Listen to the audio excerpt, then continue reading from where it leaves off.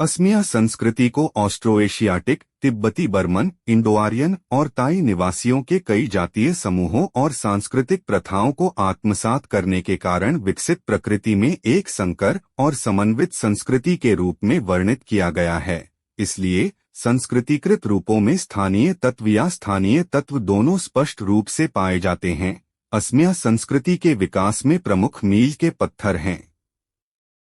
सर्वश्रेष्ठ पारंपरिक पोशाक कमेंट बॉक्स और विवेक से जुड़ी हुई है। माजुली का दक्षिणपथ सत्र कामरूप साम्राज्य में लगभग 800 वर्षों तक, वर्मन राजवंश 300 वर्षों तक, म्लेच्छ वंश 250 वर्षों तक और पाल राजवंश 200 वर्षों तक रहा। 12वीं शताब्दी में पूर्वी असम में चुटिया साम्राज्य की स्थापना और अगले 400 वर्षों तक इसमें शामिल होना। 13वीं शताब्दी ईस्वी में अहोम साम्राज्य की स्थापना और अगले 600 वर्षों तक इसमें शामिल होना। पश्चिमी असम के कोच साम्राज्य 15वीं-16वीं शताब्दी सीई और मध्य और दक्षिणी असम के कचारी साम्राज्य 12वीं-18वीं शताब्दी सीई में एकीकरण। श्रीमंत शंकरदेव जोंगकोरडेउ के नेतृत्व में नववैष्णवाइट एकाशरण धर्म आंदोलन ने असम के सामाजिक सांस्कृतिक और धार्मिक क्षेत्र पर जबरदस्त प्रभाव डाला।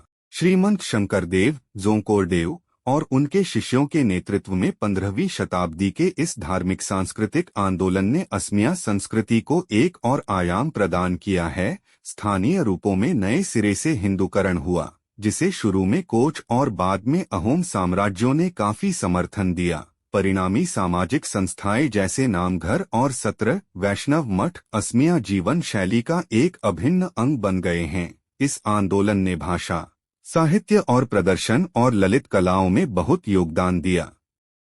यह एक समतावादी सुधार आंदोलन भी था क्योंकि इसने ब्राह्मणवादी हिंदू धर्म की पुरानी जातिगत बाधाओं को तोड़ दिया और सभी जातियों, जातीयताओं और धर्मों, इस्लाम सहित के लोगों को अपने में शामिल कर लिया। आधुनिक संस्कृति ब्रिटिश और ब्रिटिश काल के बाद की घटनाओं से प्रभावित हुई है। असमिया भाषा को नाथन ब्राउन, डॉक्टर माइल्स ब्रोसन जैसे अमेरिकी बैप्टिस्ट मिशनरियों और हेमचंद्र बरुआ जैसे स्थानीय पंडितों द्वारा अविभाजित शिवसागर जिले, अहोम साम्राज्य का केंद्र में बोली जाने वाली बोली के साथ मानकीकृत किया गया था। सब्सक्राइब ना। 20वीं सदी में मानकीकरण के बढ़ते प्रयासों ने विभिन्न क्षेत्रों में मौजूद स्थानीय रूपों और कम समायोजित जातीय सांस्कृतिक समूहों, कई स्रोत संस्कृतियों को अलग थलग कर दिया। हालांकि असमिया संस्कृति अपने मिश्रित रूप और प्रकृति में सबसे समृद्ध में से एक है, अभी भी विकासशील है और सही अर्थों में उपप्रणालियों के साथ एक सांस्कृतिक प्रणाली है। असमिया सांस्कृतिक प्रणाली की कई स्रोत संस्कृतियां अभी भी या तो उपप्रणालियों के रूप में या सहयोगी संस्थाओं के रूप में जीवित हैं। उदाहरण के लिए द बोडो या कार्बी या मिशिंग। व्यापक प्रणाली को उसकी जड़ों के करीब रखना और साथ ही उपप्रणालियों के विकास पर ध्यान देना महत्वपूर्ण है।